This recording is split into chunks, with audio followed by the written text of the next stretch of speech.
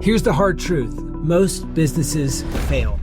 Only 5% of businesses make it to 7 figures. Less than 1% of businesses make it to 8 figures. That's because it's really, really hard. So if you're watching this video, you're probably trying to get to 8 figures. And in this video, I want to walk through exactly how I've done it. So my business, I've scaled to 8 figures for multiple years in a row. We've done over $70 million in sales. And what I learned is that there's a handful of things that most people screw up that you got to nail if you want to not only get to 8 figures, but stay at 8 figures. So there's 7 specific things. I'm going to break them all down in this video. Let's get straight to it. Number 1, you need product market fit. Okay, this means you've got a high converting and repeatable offer. Okay, so people want to buy what you have to sell, and not just a little bit, but at scale. Now, chances are to get to 7 figures, you probably already have this in some form, right? But you got to obsess over this because there's nothing harder than trying to scale a business that doesn't have product market fit. I believe that there's kind of 2 parts in a business's life cycle.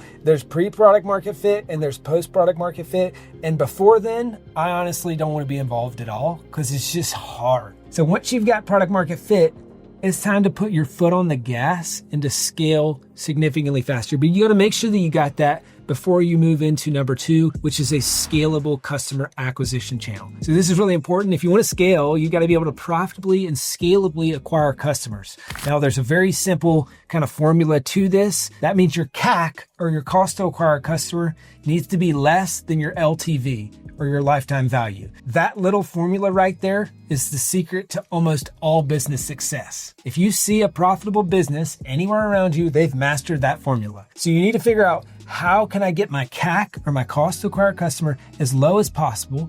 And how do I get my lifetime value as high as possible? And am I doing this in a way that is scalable and repeatable? Because if I'm just doing word of mouth referrals, that's not going to scale to 8 figures, right? Unless your clients are multi-million-dollar clients, maybe, right? So you got to really think about that equation, master it, and go deep on one channel that scales, and not only just scales, but scales profitably. A buddy of mine runs a company called Dr. Squatch. Maybe you've heard of it. It's high quality men's soap. And I remember we were living together in this entrepreneur house that I started out in Los Angeles. And I remember seeing the behind the scenes of him scale. And we were about the same size in business, but then a couple years later, he sold the business for hundreds of millions of dollars, right? And a couple years after that, they had another exit for multiple $billion to Unilever, which is pretty crazy. But if you look at the life cycle of that, what happened? We had a scalable channel. It was paid traffic. Okay. And what they did is they got really good at a few things.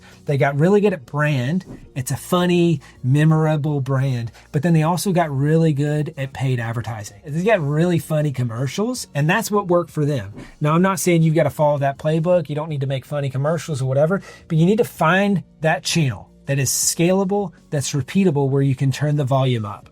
Right? So maybe that's content. Maybe that's paid ads. Maybe that's partnerships and affiliates. Maybe that's something else, right? But you need to find that channel and scale that channel. And the big thing I want you to think about here is find growth channels that compound, not that are hamster wheel, right? So I don't want you to just run on a hamster wheel of customer acquisition. If you want to make it to 8 figures, you got to find the ones that compound. Then we move into number 3. All right, if you want to get to 8 figures, you need an A player team, especially in key positions. And kind of that journey from 7 figures to 8 figures. I mean, I remember there's a bunch of years where it's like, man, we're right there. 5 million a year, 7 million a year, 8, 9, we're right there. We're so close we can almost taste it. But one of the big differences is I didn't have a built out leadership team. So it was just reliant on heroic effort, aka me. And heroic effort, that ain't gonna get you to 8 figures, right? So you need to have a leadership team, and you need to have A players in key positions. And it comes down to kind of 4 things. Do you hire at an elite level? I've got a whole video on our hiring process. Watch that, implement that. Most people, they suck right here. And it's kind of like when you're getting into real estate or any sort of investment, they say like 95% of your outcome is decided the day that you buy the property. Same thing with hiring. Maybe not 95%, but 60, 70% of how well that person is going to perform is decided on the day that you hire them. So do you hire at an elite level? Then the second pillar, do you onboard well so that they can get up to speed, so that they can ramp? Then do you develop that talent and you retain that talent long term. You got to get good at all 4 of those parts of the process. There's a lot more to it, but those are kind of the 4 key elements, if you will. And then once you do that, so you got great people, you got to build a high performance culture and high performance people development. Okay, I've got other videos on this as well, but this is key performance indicators. This is your standards. This is how the meeting rhythms. This is how you run the team. Like, you got to take your people seriously, right? You got to get good at all this stuff because the people drive the business. So invest in and develop the people, and that's what it takes to scale from 7 to 8 figures. Now, once you've got that in place, it's time to move to number 4, which is kind of a 2-parter. Make sure that you've got a repeatable process and then remove yourself from almost everything. Now, I'm not going to lie to you, this is the most boring part, at least the repeatable process part. So you need SOPs or standard operating procedures. It needs to be repeatable because if it's not repeatable, you can't delegate it or you can't build a team around it. So you've got to productize your service. You've got to SOP your business. Now, the good news is if you built a good team, well, they can do a lot of that stuff for you, but you got to let them do it. You can't just do everything ad hoc anymore. You're not flying by the seat of your pants, because flying by the seat of your pants, that's how you heroically hit 7 figures. It's not how you scalably hit 8. So you got to have a repeatable process. I've got whole videos on that about why you should have playbooks and all that stuff, but you got to do it. Go deep on that. And then remove yourself from almost everything relentlessly. You've got to ruthlessly prioritize and focus on the highest leverage stuff. And as a CEO or leader of the organization, which may be part of this process, you decide you don't want to be the CEO. That's totally fine. Well, then that's part of your A team, right? Maybe you figure out, I'm really good with product, or I'm really good with sales. I'm really good with partnerships. That's fine. But if you're going to be the CEO, and I'm talking a real CEO, this is the difference between an entrepreneur and a CEO, is can you run a scaling company? Not just fly by the seat of your pants and gunsling solving problems. If you're going to be the CEO, your top 3 jobs. Number 1, you got to rainmake, right? So are you making it rain in your business? Are you bringing in the partnerships or doing the speaking gigs or doing the thing that makes growth happen? Number 2, you got to set the strategic vision. So think of this as like, 6 figure is kind of like a speedboat. 7 figures is kind of like a little mini yacht. And then 8 figures are obviously a lot bigger than that. It's kind of like a cruise ship. You got to set the strategic vision because the bigger it gets, the harder that thing gets to turn. Okay. So you're responsible for the strategy and for the vision. And then your 3rd job as a CEO is the talent. You got to be a talent magnet. So are you recruiting the best talent? Are you focusing on the talent that you have and you're working on developing that talent? Are you building the talent machine? Because talent fuels growth and it's always in short supply.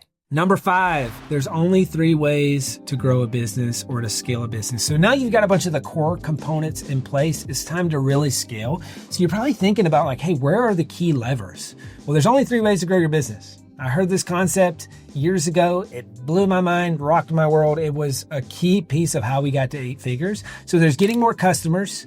There's increasing the average order value or AOV. So that's how much do people pay you when they transact. And then there's the lifetime value of your customers. So do they come back and continue working with you? That's a big one. Or do they refer you business? That also helps with lifetime value. But these are the only 3 ways. There's no other ways. Now, most entrepreneurs, they just focus on number 1, which is more customers. More customers, stupid. What's the question? I don't know, but the answer is more customers. No. Yes, that's helpful. Obviously, you got to get more customers if you want to scale. But what I would recommend is you break down each 3 components and you focus on average order value and lifetime value first. This was a key unlock for us. We weren't charging enough and we didn't have enough repeat business. So I focused exclusively and relentlessly on that for a couple years. That unlocked 8 figures. So there's only 3 ways to grow a business. You need to know that and then know where you need to focus based on where you're at in your scaling journey. Number 6, eliminate key man risk and key points of failure. Okay, you can do the first 5 things correctly. And if you screw this up, like I did, you're going to continue tripping right at the 1-yard line. I remember there was a phase where I had 2 people who were thinking about quitting my company. And I looked up and I said, oh my gosh, that is 60% of my revenue. How did I let this happen? And I vowed to myself, I said, this is never happening again. So as you start to get to 7 and 8 figures, I want you to look around and ask the question, where is the key man risk in my business? Where is it that if I lost that person, that if I lost that customer, maybe if I even lost that marketing channel, it would be detrimental to the business. And then how do you mitigate that? So you can mitigate that through cross-training. You can mitigate that through SOPs. You can mitigate that through kind of building a team around that person. You got to eliminate your key man risk, because that's the thing that, again, you can do all the things right, but if that happens right as you're about to scale, well, then now you're set back another year, 2 years, 3 years. So eliminate those key man risks in your business and eliminate the key points of failure. Number 7, the final piece. This is really important. You've got to become an 8-figure leader and an 8-figure person. John Maxwell talks about the law of the lid, which says that my business is only going to grow to the lid of the leader. Any organization is only going to grow to the lid, your lid, right? So how good are you as a leader? Are you the type of leader that's capable of leading an 8-figure business? If not, you got to level up. And I tell my people all the time, I said, hey, this business is growing 20, 30% a year. That means that every person here has to grow by 20 or 30% every year to requalify for their existing position. Okay, so as a CEO, if we're growing 50% a year, especially early on, right? Well, I got to grow my skill set by 50%. Otherwise, I can't keep leading this business, right? And you got to think about this. There's the owner hat and there's the operator hat. If you're the CEO in the business and you're also the owner, well, guess what? You got your owner hat and you got your operator or your CEO hat. Well, as a CEO, your responsibility is to drive returns for your shareholders. And maybe just so happens that the number one and only shareholder is you. But then on the flip side, this is the uncomfortable truth. As the owner, your job is to hold the CEO accountable. So that's where I tell my team, hey, I'm employed just like you are, working for this business. My job as a CEO is if I do not deliver results for the owner, well then put my owner hat on. My job is to fire Chandler, the CEO. If I can find a better CEO that I can pay a similar amount, it is my obligation as the owner to do so.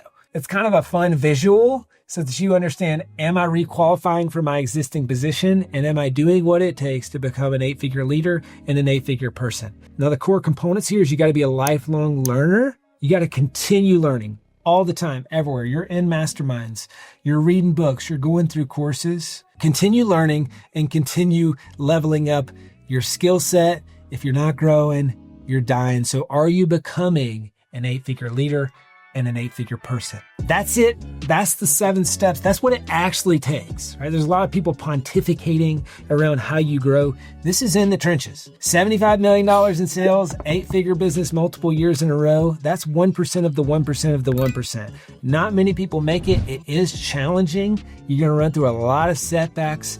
Don't give up. Implement these 7 steps, and eventually you'll get there. All right. I hope that you enjoyed this video. We put so much work and effort into these videos. So if you like the video, comment below. I read and respond to every single comment. Subscribe to the channel.